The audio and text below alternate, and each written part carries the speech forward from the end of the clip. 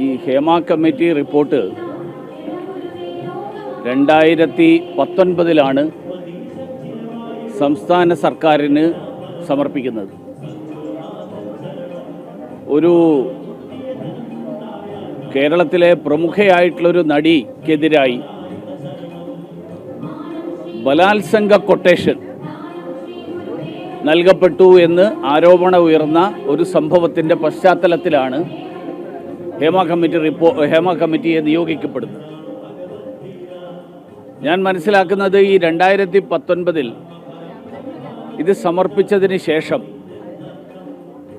5 വർഷത്തോളം കാലമായിട്ട് വളരെ ഗുരുതരമായിട്ടുള്ള വെളിപ്പെടുത്തലുകൾ, വളരെ ഗുരുതരമായിട്ടുള്ള ആരോപണങ്ങൾ, കാരണം ഇരയായിട്ടുള്ള ആളുകൾ ഉൾപ്പെടെ ചെന്ന് ആ കമ്മീഷൻ്റെ മുമ്പാകെ അഥവാ കമ്മിറ്റിയുടെ മുമ്പാകെ അവർക്ക് നേരിടേണ്ടി വന്നിട്ടുള്ള പീഡനങ്ങൾ മുഴുവൻ വിശദീകരിച്ചു.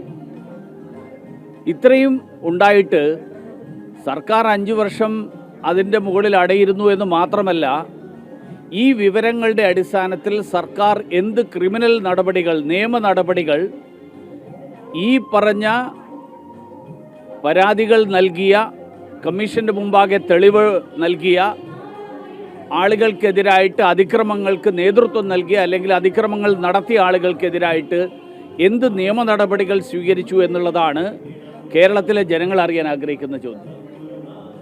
കാരണം 5 വർഷക്കാലം സുപ്രീം കോടതിയുടെ ഉത്തരവ് പ്രകാരം ഒരു കുറ്റകൃത്യം നടന്നു കഴിഞ്ഞാൽ ആ നടന്ന വിവരം അറിഞ്ഞാൽ ആ വിവരം ബന്ധപ്പെട്ട ആളുകളെ അറിയിക്കാതിരിക്കുന്നത് കുറ്റകൃത്യമാണ്.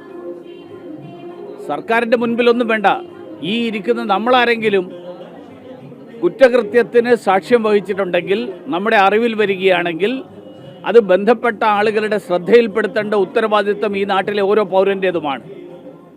പക്ഷേ സംസ്ഥാന സർക്കാരിൽ മുഖ്യമന്ത്രിയും അതോടൊപ്പം സാംസ്കാരിക വകുപ്പ് മന്ത്രിയും ഇവർ രണ്ടുപേരും ഈ കാര്യത്തിൽ വളരെ വലിയ കുറ്റകൃത്യമാണ് ഇവർ നടത്തിയിരിക്കുന്നത്. മുഖ്യമന്ത്രി അത് സാംസ്കാരിക വകുപ്പിന് കൈമാറി എന്ന് പറയുമ്പോഴും ആഭ്യന്തര വകുപ്പിന് ഇതിലൊരു ഉത്തരവാദിത്വമുണ്ട്. മുഖ്യമന്ത്രിയാണ് ഭരണത്തിൻ്റെ തലവൻ, അദ്ദേഹത്തിനൊരു ഉത്തരവാദിത്വമുണ്ട്. ഇനി സാംസ്കാരിക വകുപ്പ് മന്ത്രിക്ക് കിട്ടി.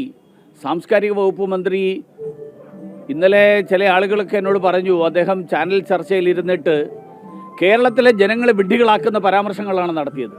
അദ്ദേഹം പറഞ്ഞു എന്നാണ് ഞാൻ കേട്ടത്, ശുപാർശകൾ മാത്രം മന്ത്രി നോക്കിയാൽ മതി എന്ന് ഉദ്യോഗസ്ഥന്മാർ പറഞ്ഞു എന്ന്. അങ്ങനെയാണെങ്കിൽ സജി ചെറിയാൻ എന്ന് പറയുന്നൊരു മന്ത്രി ഈ രാജ്യത്ത്, ഈ സംസ്ഥാനത്ത് ഭരണം നടത്തേണ്ട ആവശ്യമില്ല, ഉദ്യോഗസ്ഥന്മാർ ഭരിച്ചാൽ പോരെ. ശുപാർശകൾ മാത്രം മന്ത്രി നോക്കിയാൽ മതി എന്നൊരു ഉദ്യോഗസ്ഥൻ പറയുന്നുണ്ടെങ്കിൽ ഭരിക്കുന്നത് ഉദ്യോഗസ്ഥനാണോ അതോ മന്ത്രിയാണോ എന്നുള്ളതാണ്. ജനാധിപത്യത്തിൽ ഉദ്യോഗസ്ഥന്മാരെ അല്ല ജനങ്ങൾ തിരഞ്ഞെടുക്കുന്നത്. ജനങ്ങളോടുള്ള അക്കൗണ്ടബിലിറ്റി, ആ അക്കൗണ്ടബിലിറ്റി സർക്കാരിനാണ്, സർക്കാരിൽ തിരഞ്ഞെടുക്കപ്പെട്ട ജനപ്രതിനിധികൾക്കാണ്.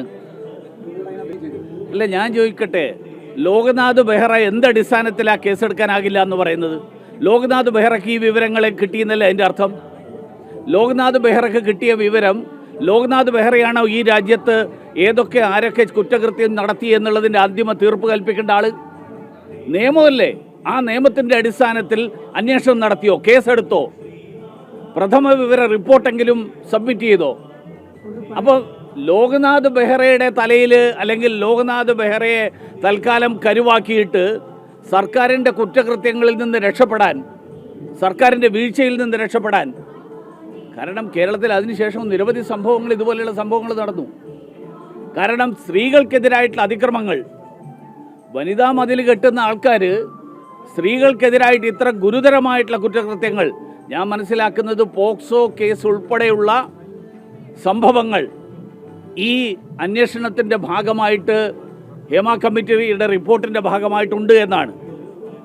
ആ വിവരങ്ങൾ, വ്യക്തിപരമായിട്ടുള്ള വിവരങ്ങൾ പുറത്തുവിടരുത് എന്ന് വിവരാവകാശ കമ്മീഷൻ പറഞ്ഞു എന്നുള്ള ഒരു ഒഴികഴിവ്, അതെടുത്തുകൊണ്ടാണ് ഈ കുറ്റവാളികളെ സംരക്ഷിക്കാൻ വേണ്ടിയിട്ട് സർക്കാർ നീക്കം നടത്തുന്നത്. സർക്കാരിൻ്റെ താല്പര്യം എന്താ ഇതിൽ? ആരെ സംരക്ഷിക്കാൻ വേണ്ടിയാണ് സർക്കാർ ഈ കാര്യത്തിൽ അന്വേഷണം നടത്താത്തതും കേസെടുക്കാത്തതും എന്നുള്ളതാണ് കേരളത്തിലെ ജനങ്ങൾ അറിയാൻ ആഗ്രഹിക്കുന്നത്. അതേപോലെ ഈ WCC പോലെയുള്ള വനിതാ ആക്ടിവിസ്റ്റുകൾ സിനിമാ ഫീൽഡിലെ വനിതാ ആക്ടിവിസ്റ്റുകൾ അവരുടെ ആവശ്യപ്രകാരമാണ് ഈ കമ്മീഷൻ രൂപീകരിക്കപ്പെട്ടത്. അവരെന്താ ഇപ്പോൾ മിണ്ടാട്ടം ഇല്ലാത്തത്? അവരെന്താ നിശബ്ദമാക്കിയത്? അപ്പോൾ സർക്കാർ ഈ കാര്യത്തിൽ നടത്തുന്ന ഇടപെടലുകൾ ഈ കാര്യങ്ങൾ പൂഴ്ത്തിവെക്കുക മാത്രമല്ല, ഇതിനെതിരായിട്ട് ശബ്ദമുയർത്താൻ താല്പര്യമുള്ളവരെ അടക്കം നിശബ്ദരാക്കാൻ വേണ്ടിയിട്ടുള്ള ആസൂത്രിതമായിട്ടുള്ള ശ്രമം നടക്കുന്നു എന്നാണ്. സമൂഹത്തിൽ ഏറ്റവും സ്വാധീനമുള്ള ആളുകൾ, സിനിമാ ഫീൽഡിലുള്ള ആളുകൾ എന്ന് പറഞ്ഞാൽ നാട്ടുകാരെല്ലാവരും അറിയുന്ന ആളുകളാണ്. അവർക്കടക്കം പീഡനം നേരിടേണ്ടി വരുന്ന ഒരു സംസ്ഥാനം, ആ സംസ്ഥാനത്ത് ഈ നാട്ടിലെ സാധാരണക്കാരായിട്ടുള്ള സ്ത്രീകൾ എന്ത് ധൈര്യത്തിലാണ് ഈ നാട്ടിൽ ജീവിക്കാൻ സാധിക്കുക? അപ്പോൾ കേരളത്തിൽ സ്ത്രീകൾക്ക് ജീവിക്കാൻ കഴിയാത്ത ഇരട്ട നീതി നടപ്പിലാക്കുന്ന ഒരു സംസ്ഥാനമായിട്ട് കേരളം മാറുമ്പോൾ ഇടതുപക്ഷം എന്ന് അവകാശപ്പെടുന്ന ആളുകൾ അവരിതിനൊക്കെ കൂട്ടുനിൽക്കുന്ന ഒരു സാഹചര്യം വരുമ്പോൾ ഇത് കേരളത്തിലെ ജനങ്ങളുടെ മുന്നിൽ സർക്കാർ പ്രതിക്കൂട്ടിൽ നിൽക്കുകയാണ്. സർക്കാർ ഈ കാര്യത്തിൽ എന്താണ് 5 വർഷക്കാലത്തെ കാലതാമസത്തിൻ്റെ കാരണം? 5 വർഷക്കാലം ഈ കാര്യത്തിൽ ആരോപണങ്ങൾക്ക് വിധേയരായിട്ടുള്ള ആളുകൾക്കെതിരായിട്ട് നിയമ നടപടികൾ സ്വീകരിക്കാത്തതിൻ്റെ കാരണം എന്താണ് എന്ന് ജനങ്ങളോട് വിശദീകരിക്കണം.